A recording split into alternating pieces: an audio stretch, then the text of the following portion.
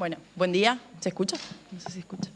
Buen día. Bueno, nosotros somos residentes de tercer año de la residencia de toxicología de la facultad del Senatoxa, como bien dijo. Les vamos a traer el día de hoy un caso de una confirmación que llevamos a cabo de barbitúricos en orina por GC Massa, a propósito de un caso clínico que fue una intoxicación neonatal con un barbitúrico, ¿sí? Entonces, para comenzar el Ateneo, les vamos a dar una breve introducción, un breve resumen de lo que fue la historia clínica de la pacientita. No pasa. Ahí está. Bien, el resumen le cuesta.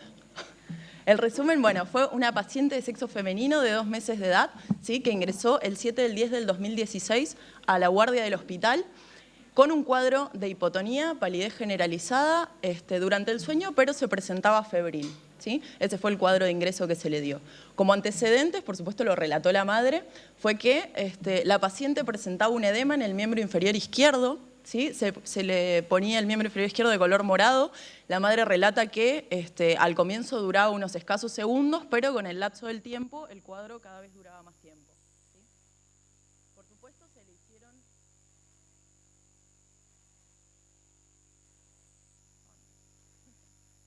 en la guardia se le realizó una ecografía abdominal, un ecodoppler de vasos ilíacos, un electrocardiograma y una valoración cardiológica, y todos arrojan parámetros normales. ¿Sí? Esto es al 7. Al 9/10, la paciente se presenta febril, con un buen estado general, con un tono muscular conservado. El único problema es que está como perdida y no fija la mirada, ¿sí? Lo primero que se hace es realizar un laboratorio donde se descartan cualquier tipo de infección, ¿sí? A la madre. Y se le obtiene una serología negativa para HIV, para virus de hepatitis B, para toxo, para sífilis y para Chagas, ¿sí? Y se le realiza una anamnesis a la madre, donde la madre niega cualquier tipo de consumo de medicación antes y durante el embarazo, de sustancias de abuso. Se descarta cualquier tipo de causa toxicológica, como puede llegar a ser cualquier fuente de monóxido de carbono o el uso de plaguicidas o aerosoles en el domicilio, el cual la madre niega. Y también se le pregunta por el consumo de medicación folclórica, el cual también niega, ¿sí? Por lo tanto, como conclusión de este interrogatorio, se obtiene que no hay ninguna causa toxicológica relevante en el caso de esta paciente, ¿sí? Al 11/10, ¿sí? 2 días después, se obtienen parámetros de laboratorio todos normales, ¿sí? Un laboratorio clínico normal. Se vuelve a realizar una anamnesis a la madre, donde en este caso la madre relata que al mes de nacida la criatura obtiene un control pediátrico totalmente normal, ¿sí? Y al mes y medio la criatura comienza con este edema del miembro inferior izquierdo, ¿sí? La madre también refiere que hace 10 días que la niña presenta diarrea y también refiere que hace varios días que se encuentra con un cuadro de hipotonía y que no reacciona a los estímulos, ¿sí? Pero bueno, espera ese tiempo, espera más de 10 días para poder llevarla a la guardia, ¿sí? Nuevamente se le pregunta por el consumo de sustancias, niega el consumo de derivados del ergot, de paco, de cualquier tipo de sustancia de abuso, mientras que afirma, ahora cambia un poco, si había dicho antes en la anamnesis que no consumía ningún tipo de sustancia, ahora afirma que consumió Migral hasta el 7º mes de embarazo, ¿sí? En el 7º mes, cuando ella cursaba el 7º mes, se entera que estaba embarazada y a partir de ese momento reemplaza el consumo del Migral por ibuprofeno. La conclusión, nuevamente, se obtiene que desde el punto de vista toxicológico no se tiene ninguna causa aparente, es decir, no se involucra el servicio de toxicología aparentemente, pero se sugiere un screening de drogas en orina y una evaluación de la madre a través del servicio de salud mental del hospital. Bueno, al 12, ya llevamos 5 días de ingresada al hospital. El screening en orina que se le realiza a la paciente arroja un resultado positivo para barbitúricos, ¿sí? La madre refiere darle a la paciente paracetamol. Volvemos una vez más a tener un cambio en lo que es la anamnesis que venía teniendo desde el comienzo, ¿sí? En este caso refiere darle paracetamol porque presentaba cólicos, ¿sí? Y nuevamente, debido a este screening positivo para barbitúricos, se da intervención al servicio de toxicología, ¿sí? ¿Qué se obtiene desde el servicio? ¿Qué se tiene en cuenta o qué se considera? El tema de los falsos positivos para barbitúricos, ¿sí? En un screening, en una reacción inmunológica, tenemos numerosos resultados que pueden resultar falsos positivos, ¿sí? Como es, por ejemplo, el caso del ibuprofeno o el naproxeno. Incluso hay una presentación comercial, que es el Dimaval, que contiene pentobarbital. Por lo tanto, son posibles causas de falsos positivos, ¿sí? Si le estaba administrando a la criatura una AINES, es posible este falso positivo. Por lo tanto, para descartarlo, se solicita el dosaje de fenobarbital en sangre. Él mismo arroja un resultado de 20 miligramos litro, ¿sí? Y para terminar de confirmarlo, esto se realiza por FPIA, para finalizar y confirmarlo, se solicita una confirmación de barbitúricos en orina para ya obtener un resultado indubitable, ¿sí? De la presencia de los mismos, ¿sí? Al 13, al día siguiente, la paciente se encuentra asintomática. La madre vuelve a cambiarnos una vez más la anamnesis y la madre ahora refiere que el padre de la paciente es epiléptico y consume fenobarbital, ¿sí? Lo cual ya, por supuesto, ya prácticamente es un diagnóstico. Se consulta al servicio social, al comité del niño en riesgo, la madre continúa en observación por el Departamento de Salud Mental y habíamos dicho que el día anterior se había pedido la confirmación en orina, se confirma la presencia del fenobarbital en su orina, ¿sí? No solamente en orina el fenobarbital, sino también su metabolito, ¿sí? Al 18 del 12, la paciente se encuentra en un buen estado general, se encuentra lúcida, recupera, puede fijar la mirada, la hipotonía la recupera. Ya no hay más anamnesis a la madre, se realiza un nuevo dosaje de fenobarbital en sangre arrojando un resultado de 7,9 miligramos litros, ¿sí? Es decir, disminuye considerablemente. Por supuesto, permanece en seguimiento en el sistema en el servicio social, en el comité de niño en riesgo y la madre en observación, por supuesto, también, ¿sí? Bueno, este es el caso clínico que les queríamos presentar. Este es el resultado del screening. Fíjense, se realizó un screening para 10 drogas, ¿sí? Este es el resultado. Acá pueden ver el barbitúrico positivo, ¿sí? Este es el screening de las 10 drogas, todas negativas, solamente se presenta positivo el caso del barbitúrico, ¿sí? Este es el inmunológico, el primer screening que se realiza. Y luego, nuestro laboratorio realiza, el Senatoxa realiza la confirmación, ¿sí? De tanto fenobarbital como el parahidroxi, que habíamos dicho que era el metabolito, ya vamos a retomar sobre esto, en orina, ¿sí? Bien, esto es un breve resumen, como dije, de la historia clínica. Ahora les vamos a contar un poco, ¿sí? De qué se trata y qué son estos barbitúricos. Como características generales, bueno, tenemos que los barbitúricos son una familia de fármacos, se sintetizaron hace un montón por primera vez por Adolf von Baeyer en el año 1863. Son todos derivados del ácido barbitúrico, esto le ganó a Bayer el premio Nobel de Química en el año 1905, ¿sí? Fueron la primera familia sí, pasa, pues no pasa. Fueron la primera clase de agentes sedantes hipnóticos que se dieron a conocer y se volvieron altamente populares en su época. Esta enorme popularidad que adquirieron obviamente los hizo objeto de uso y por supuesto también de abuso, ¿sí? Pertenecen a una familia de fármacos, que se denominan depresores del sistema nervioso central, ¿sí? Producen distintos grados de sedación del sistema nervioso central, puede ir desde una sedación leve hasta lo que es incluso una hipnosis o en casos de sobredosis hasta el coma, inclusive la muerte, por supuesto. Bueno, en la actualidad han sido sustituidos por las benzodiazepinas, dado que son fármacos mucho más seguros, ¿sí? Es mucho más amplio lo que es tienen un margen mucho más amplio entre lo que es el margen terapéutico y el margen tóxico, estas benzodiazepinas, comparadas con los barbitúricos, ¿sí?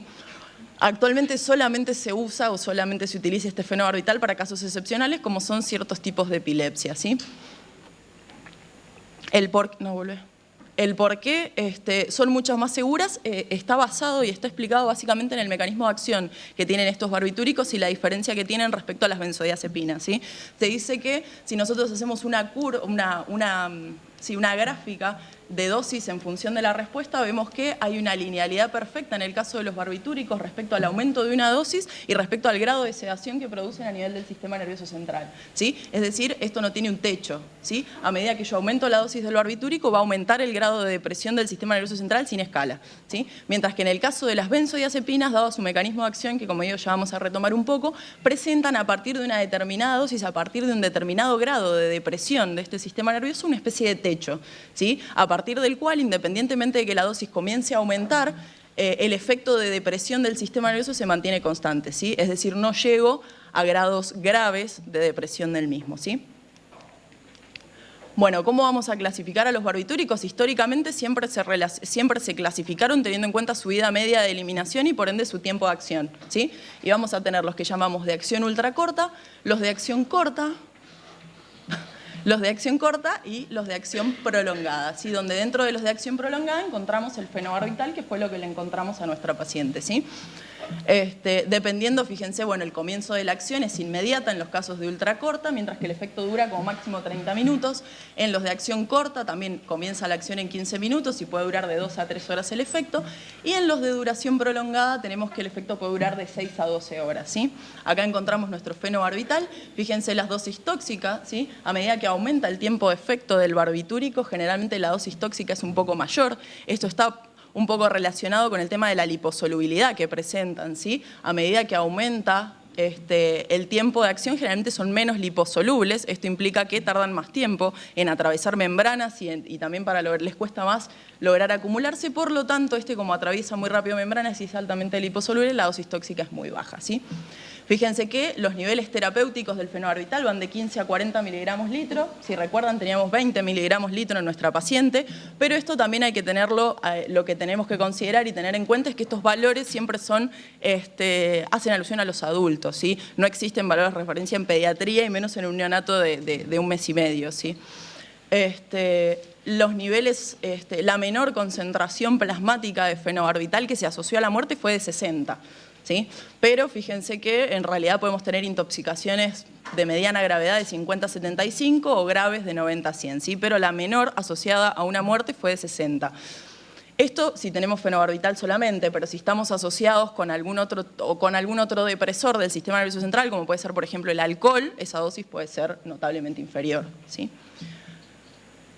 Por debajo de los 15 miligramos litro no se ha visto que pueda ejercer algún efecto y no pueda controlar, o sea, no puede controlar una crisis aguda epiléptica, por ejemplo, ¿sí? Y por encima de 40 tampoco se ha visto un aumento en la eficiencia del mismo, sino que solamente aumentan los efectos adversos y tóxicos que presenta, ¿sí? Por eso los niveles terapéuticos están de 15 a 40. Bueno, fenobarbital, esta es la molécula básica de nuestro fenobarbital. Es el barbitúrico entonces que más tiempo tarda en ejercer su acción, pero el que tiene una acción más prolongada también, ¿sí? Es un ácido débil, ¿sí? Químicamente, se absorbe y se distribuye rápidamente a todos los tejidos. Si bien es el barbitúrico que menos liposolubilidad presenta, logra distribuirse rápidamente, ¿sí? Unido a proteínas plasmáticas, viaja y alcanza altas concentraciones en cerebro, en hígado y en riñones, ¿sí? Tiene una vida media, como ven, larga, 79 horas en plasma, y su vida media de eliminación son alrededor de 3 o 4 días, ¿sí? Y como todos los barbitúricos, es un depresor del sistema nervioso central, ¿sí? Es un depresor reversible, en este caso, del sistema nervioso central, al igual que todos los barbitúricos.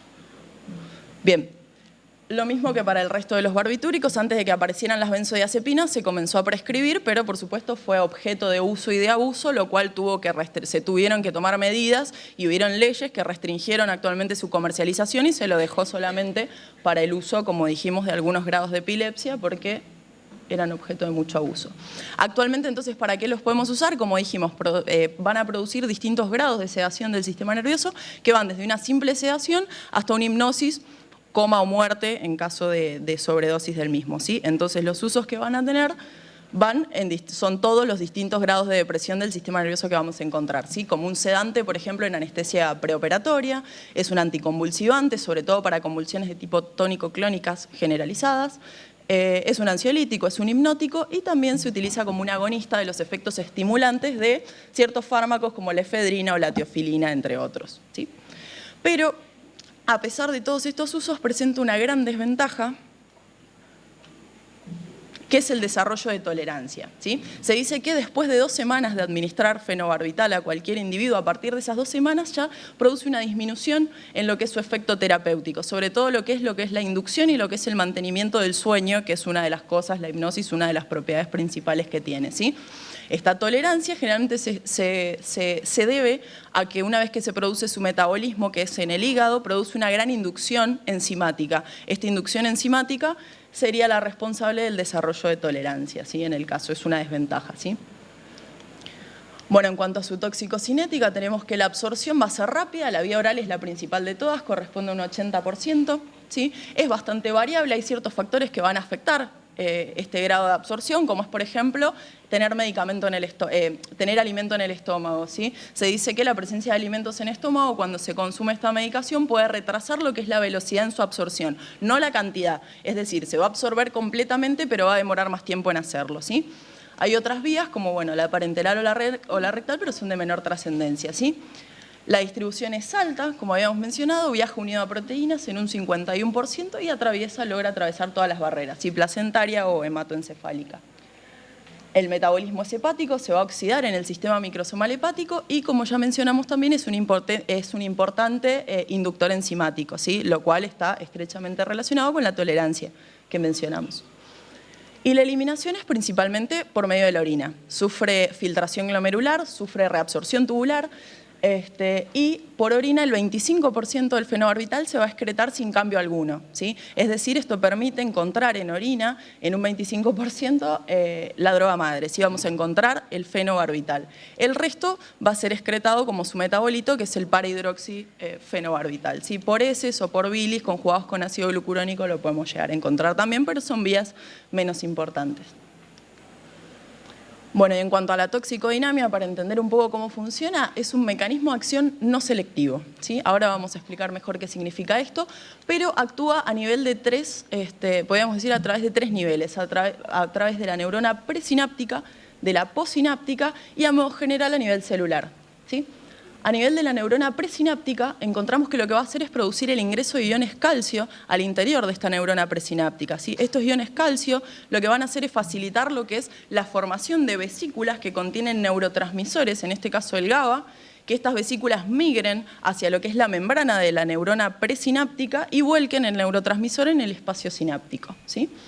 A nivel de la neurona postsináptica vamos a encontrar este tipo de receptor, que es el receptor GABA-A. El receptor GABA-A básicamente es un canal de cloruros, ¿sí? Que contiene en su ingreso 5 subunidades proteicas, ¿sí? Sobre la subunidad alfa proteica se va a unir el barbitúrico, ¿sí? Cuando se une este barbitúrico al receptor GABA-A va a producir dos efectos principales. El primero de esos efectos va a generar una acción GABA-mimética, es decir, va a estimular que el receptor presente mayor afinidad por el GABA endógeno, ¿sí? Y el GABA endógeno es un receptor, es un neurotransmisor de tipo inhibitorio, ¿sí? Es decir, ese es el primer tipo de inhibición que genera, ¿sí? Eso es por un lado. Y por otro lado, al unirse a la subunidad alfa, va a producir una apertura de este canal cloruro que presenta el receptor, generando un ingreso de iones cloruro al interior de la neurona, ¿sí? El exceso de iones cloruro en el interior de la neurona genera una hiperpolarización de la misma. Una hiperpolarización de la membrana genera que la misma se resista a lo que es la transmisión del impulso nervioso a través de la misma. Por lo tanto, hay un bloqueo y hay una depresión en ese impulso nervioso y por lo tanto se deprime también la neurona y todo el mecanismo, ¿sí? Es decir, la depresión la producen a partir de esos dos mecanismos sobre el GABA, ¿sí? Y también se dice que tendría una opción porque, si bien facilita la inhibición que nos media el GABA, también reduciría la excitación que me producen neurotransmisiones excitatorias como son el glutamato y la acetilcolina, ¿sí? Se dice que tendría un efecto bloqueante sobre lo que son los receptores AMPA y el NMDA para el glutamato, ¿sí? Entonces, con estos dos efectos a nivel de la neurona pre y postsináptica, podemos decir que a modo general, por supuesto, a nivel celular, vemos una depresión total de la transmisión sináptica, que como dijimos va a depender del tipo de barbitúrico, del tiempo de administración, de la dosis y demás, ¿sí? Pero va a producir distintos grados de depresión de esta transmisión sináptica, ¿sí? Esto es como a modo general, es lo mismo que acabamos de decir. Si fíjense, esta sería la neurona presináptica, ¿sí? Acá estaría el ingreso de calcio, ¿sí? Que nos estimulaba la formación de las vesículas para volcar el GABA en el espacio sináptico, ¿sí? Y por otro lado, estos son los receptores GABA, serían dos receptores GABA. En lo que vemos es un aumento de la unión de los mismos al GABA endógeno, ¿sí? Por lo tanto, estimula la inhibición mediada por el GABA. Y en este caso, la apertura de los canales cloruro, estimulando la hiperpolarización de las neuronas y el bloqueo del impulso nervioso, ¿sí? Bien, ¿qué efectos adversos? Bueno, hasta ahí esos serían los efectos terapéuticos que generaría. Los efectos adversos que vamos a encontrar son múltiples, ¿sí? Somnolencia, sedación, pasa acá porque la ataxia, ¿sí? Incoordinación de movimientos es muy típica, sobre todo cuando están supramedicados. Trastornos en el juicio, en habilidades motoras finas, hipoventilación, bradicardia, apnea, pueden llegar incluso a presentar crisis asmáticas. Pasa, Nacho. Vértigo, náuseas, vómitos, anormalidades fetales, ¿sí? Se lo asocia y se dice, hay una teoría de que son posibles teratogénicos, ¿sí? Y cuadros de hipersensibilidad también son muy comunes, como el síndrome de Stevens-Johnson, ¿sí? Que es un eritema multiforme, frecuentemente fatal, ¿sí? Y se da básicamente por un cuadro de hipersensibilidad al medicamento.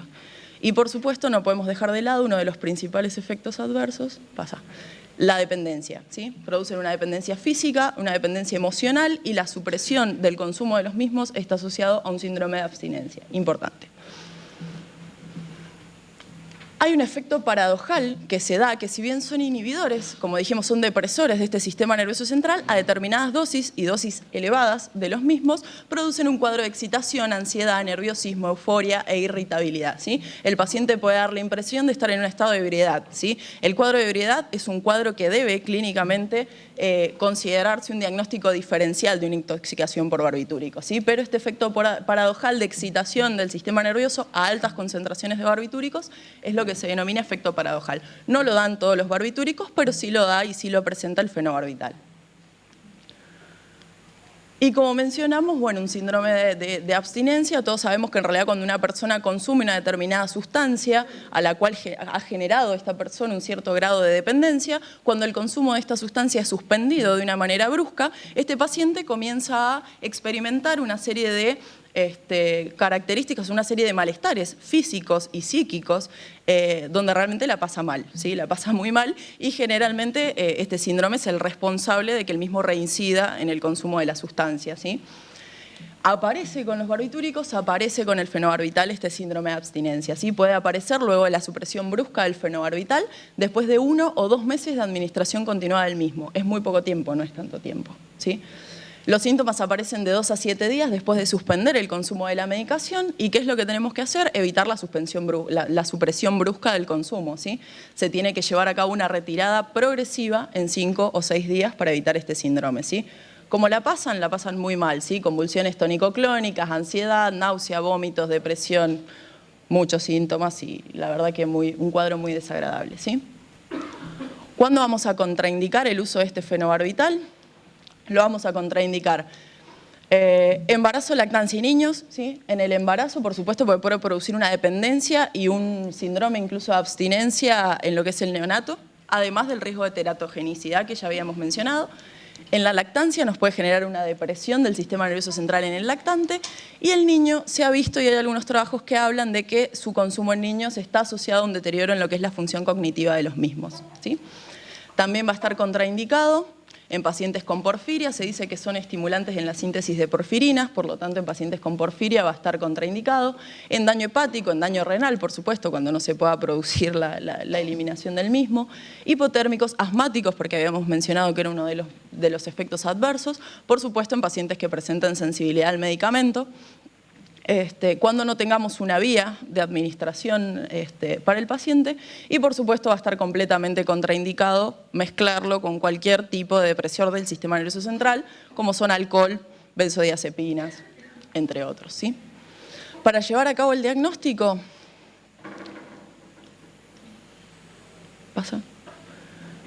siempre la historia clínica completa es básica, es elemental, ¿sí?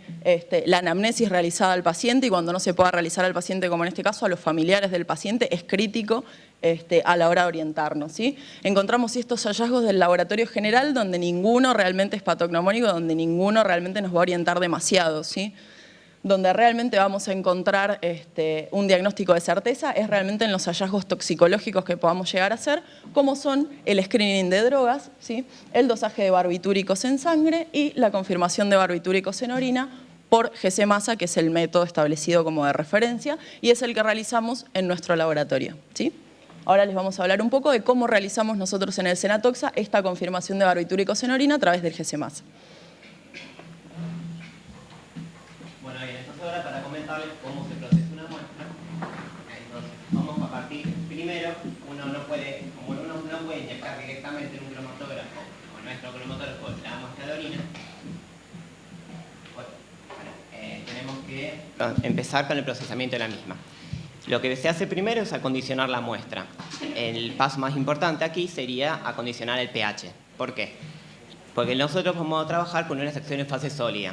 Estas extracciones en fase sólida son muy dependientes del pH en donde nosotros con el que trabajemos en la muestra.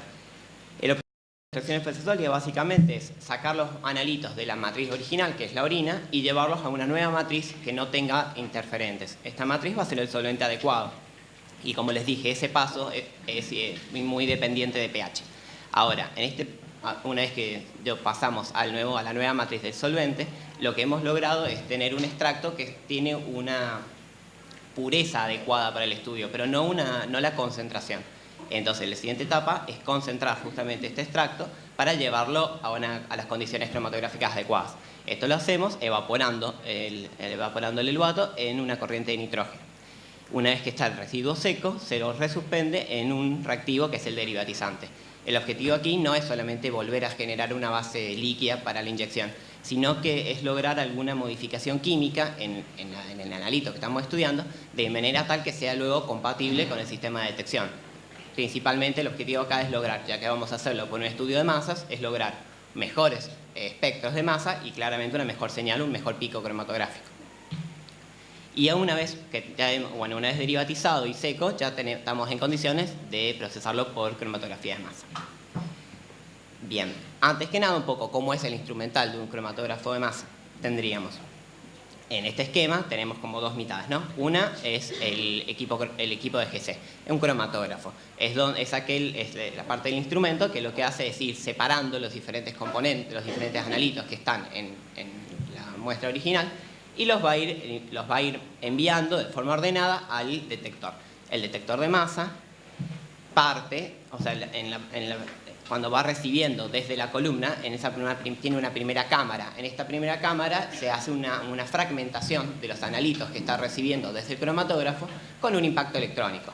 Una vez que se generan estos fragmentos, que ya son iones, que tienen una cierta relación de carga-masa, que son características, por una cuestión de imanes, los va a ir enviando ordenadamente a la parte del equipo, que es realmente el detector, que es un electromultiplicador.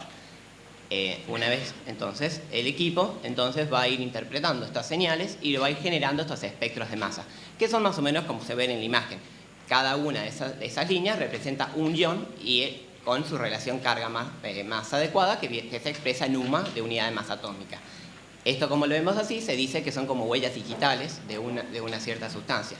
Y estos espectros son de los que nosotros nos vamos a valer luego para asignar identidad a las sustancias. Bueno, en cromatografía de masa tenemos dos formas de trabajo principales. Una es trabajar en modo scan. ¿Qué significa esto? Que uno programa al detector para que monitoree todos los iones que se generan en esa primera fragmentación que les decía, y uno sí establece un cierto rango, que nosotros le hemos fijado que va de 500 UMA, es 50 UMA a 600 UMA. La otra metodología de trabajo es la metodología de SIM, que en esta lo que uno hace es setear de antemano, es solamente que se vean algunos iones. De esta manera, como el modo SIM, que es el modo de ion selectivo, como todo el poder del equipo está destinado solo a mirar ciertos iones, que son en general 3, 4 para cada sustancia, gana mucha sensibilidad la técnica. Y aquí, para ver, son espectros, son cromatogramas. El primero corresponde a un cromatograma de SCAM y el de abajo un cromatograma de SIM. Ven cómo el cromatograma, el inferior, que es el de SIM, con respecto al de arriba, es como mucho más puro, más nítido, porque justamente son menos los iones que se están viendo. Ahora, no importa en qué modo de trabajo, si es scan o es SIM, cualquiera de los dos es útil y se puede usar para lograr la confirmación de una identidad. Pero yo sí voy a reservar el modo SIM para la cuantificación, que es lo otro que se hizo en el laboratorio. Bueno, entonces, cuando uno trabaja en cromatografía en general, siempre uno necesita un criterio cromatográfico para identificar. Entonces, uno trabaja tanto con testigos como con muestras. Ahora, como también nosotros ya desde el laboratorio, como ya se generó la sospecha hacia lo barbitúrico con lo que fue el screening de drogas de uso, ya la búsqueda que uno hace es dirigida. Entonces, uno dice, bueno, ¿qué testigos necesitamos? Y vamos a trabajar con 3, que son el tiobarbital, el tiopental y el fenobarbital, que son los 3 barbitúricos que están en circulación en Argentina, siendo el tiopental de uso solamente hospitalario. Y esos son los tiempos de retención que se obtuvieron en el cromatograma. Y luego, si uno ya procesada la muestra, lo inyecta y el cromatograma que se obtuvo, eso es un cromatograma de SCAM, que también se los llama como cromatogramas iónicos totales, es el de la muestra. Ahora, ¿cómo empieza a interpretar un cromatograma? Bueno, tendríamos para ver primero, una opción es una herramienta que obtiene uno del software es decirle, bueno, pedirle un reporte. ¿Qué es un reporte? Es el software integra todo lo que él identifica que es un pico cromatográfico, lo va a integrar. Y una vez que lo tiene integrado, lo va a contrastar contra lo que él tiene en la biblioteca. Es decir, que le va a sacar el espectro de masa a cada uno de los picos que tiene ese cromatograma, lo compara contra la muestra y me dice a mí qué hay. En este caso, yo ya saco el resultado, ese pico que está resaltado, que con un tiempo de 9,48, ya me dice que lo logró una identificación de 96 con fenobarbital. Y fíjese que también coincide con el tiempo de mi testigo del fenobarbital. Coincide, yo digo, porque siempre hay ventanas, no coincide exactamente, pero está dentro de la ventana de aceptación. Entonces, pero yo hasta acá, en realidad, no puedo quedarme ya con una confirmación. Yo como analista tengo que ver un poco más, tengo que ir y ver los iones que están en este pico. Entonces, ahora la otra manera es pedir una extracción de iones. Ya que el modo scan miró todos los iones que yo le había pedido, yo le pido ahora que extraiga.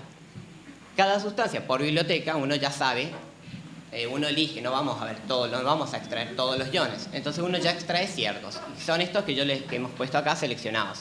Los que están en negrita se llaman iones cuantificadores. Es decir, que de aquella fragmentación, el ion que generó el más abundante es el cuantificador. Y de ahí en adelante los otros dos son cualificadores. Quiere decir que están en menor proporción relativo al cuantificador, pero me van a servir para asignar identidad.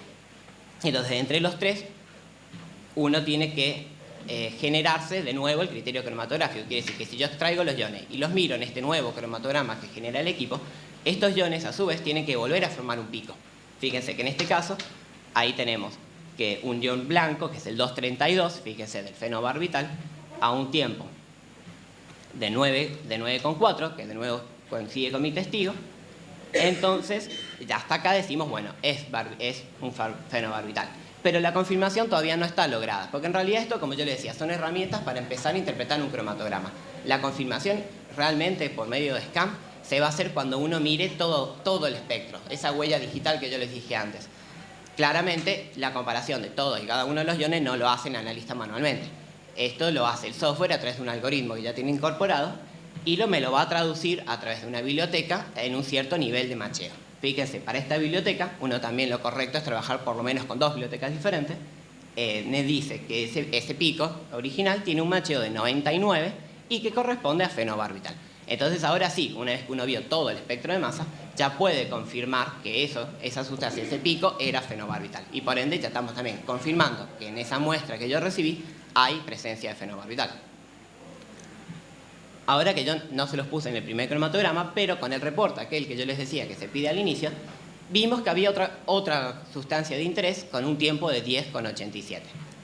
Y volvemos a hacer exactamente lo mismo. Vemos el espectro de masa de esa sustancia contra el de la biblioteca y vemos que era el para-hidroxifenobarbital, que como ya habíamos dicho, era el metabolito. Quiere decir que ahora estaríamos confirmando no solo la presencia de la droga madre, sino también de su metabolito. Quiere decir que entre los dos criterios, entre los dos resultados, ya queda más que esclarecido el hecho de que sí, hubo efectivamente una ingesta de fenobarbital por el niño, ya que tenemos presencia de su metabolito y de su droga. Bien, hasta acá entonces, bueno, son las confirmaciones. Lo otro que se hizo en el laboratorio fue la cuantificación. Como les había dicho, para cuantificar uno tiene que usar la metodología de SIM. Ahora esto a modo de ejemplo, ya que se hizo la cuantificación por SIM, también se hizo la confirmación por SIM. Cuando uno confirma con SIM, como yo pierdo la biblioteca, porque la biblioteca tiene todo el espectro de masa, si yo en SIM solamente miro 3 iones, no me puedo valer de una biblioteca. Por ende, yo tengo que, para trabajar en una confirmación con SIM, tener un testigo contra el cual yo comparar la muestra que tengo.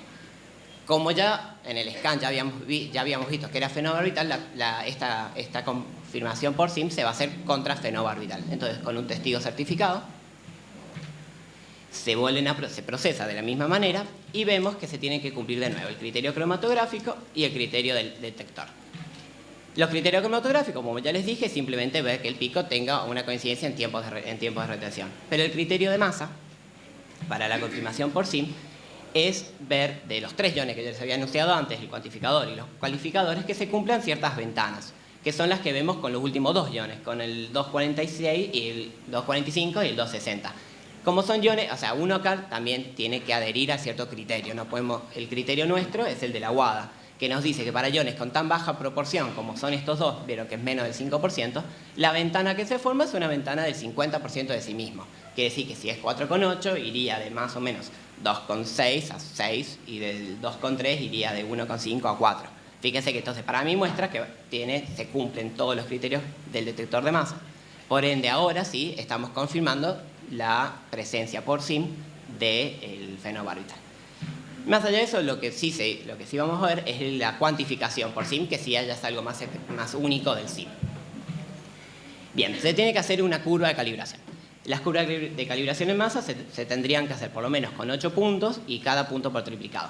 Lo importante de eso es que dentro de la curva se contemple por lo menos el valor de cutoff. O sea, el inmunológico que dio origen a todo este estudio tenía un valor de cutoff de 300 partes por billón. Así que ese valor lo vamos a rescatar para nuestra curva. Ahora, ¿cuánto nos extendemos en la curva? En realidad ese 3000 que nosotros elegimos es porque por bibliografía uno en un adulto que esté terapéuticamente recibiendo fenobarbital podría esperar encontrar 2000 partes por billón. Consideremos que este caso pediátrico de esta niña que no tiene ninguna patología, su valor de referencia es 0. Entonces, bueno, nos pareció más que coherente incorporar un 3000 como valor de referencia. Ahora, otra cosa que tenemos que hacer es que se tiene que incorporar un estándar interno. Para nuestro caso es ecobarbital, que no está en circulación. ¿Por qué el estándar interno? Porque, bueno, en cromatografía, más que nada en los gaseosos y con el detector de masa, la reproducibilidad no es tan estricta entre inyección e inyección. En cambio, cuando uno corrige por otro estándar, ya sí solventamos todo eso de esas variaciones. Entonces, uno levanta las áreas de ese ion cuantificador y se hace la relación de área. Ahora, ese valor de 18.000, en realidad también, como analista, esta parte es como la que más tiempo lleva. Porque una vez que uno tiene la curva de calibración, encontrar el modelo matemático que la explica, en masa no suelen ser lineales. Entonces, uno en realidad tiene que hacer todo un análisis estadístico de más de una conversión. Por lo general son conversiones de 1 sobre x o 1 sobre x cuadrada. Pero bueno, una vez que uno encuentra finalmente ese modelo, nos da un valor de 18.500. Fíjense en acá, el cromatograma verde sería el de la muestra y el blanco el del estándar interno. Fíjense que son bastante similares en magnitud y de ahí es que el área corregida es 1,20. Pero fíjense en esto sí, el cromatograma verde es el de testigo de 3000 y el cromatograma blanco es el de mi muestra. Y de ahí vemos un poco gráficamente cómo es que tiene 18.000. Y de nuevo, para contextualizar también ese 18.000, si yo les decía que un adulto que está terapéuticamente recibiendo fenobarbital tendría que tener un valor de aproximadamente 2.000 y este niño también dijimos que el valor de referencia es 0, podemos darnos una idea de la magnitud que es ese 18.000. Igual, esta interpretación también tenemos que hacerla con mucho cuidado. La matriz orina de ninguna manera nos permite a nosotros establecer una relación directa con un cuadro agudo o con una sintomatología. Solamente en este caso sería para contextualizar ese resultado. Bien. Entonces ahora sí, ya como laboratorio ya cumplimos con lo que se nos pidió, que fue la cuantificación y la confirmación por masa.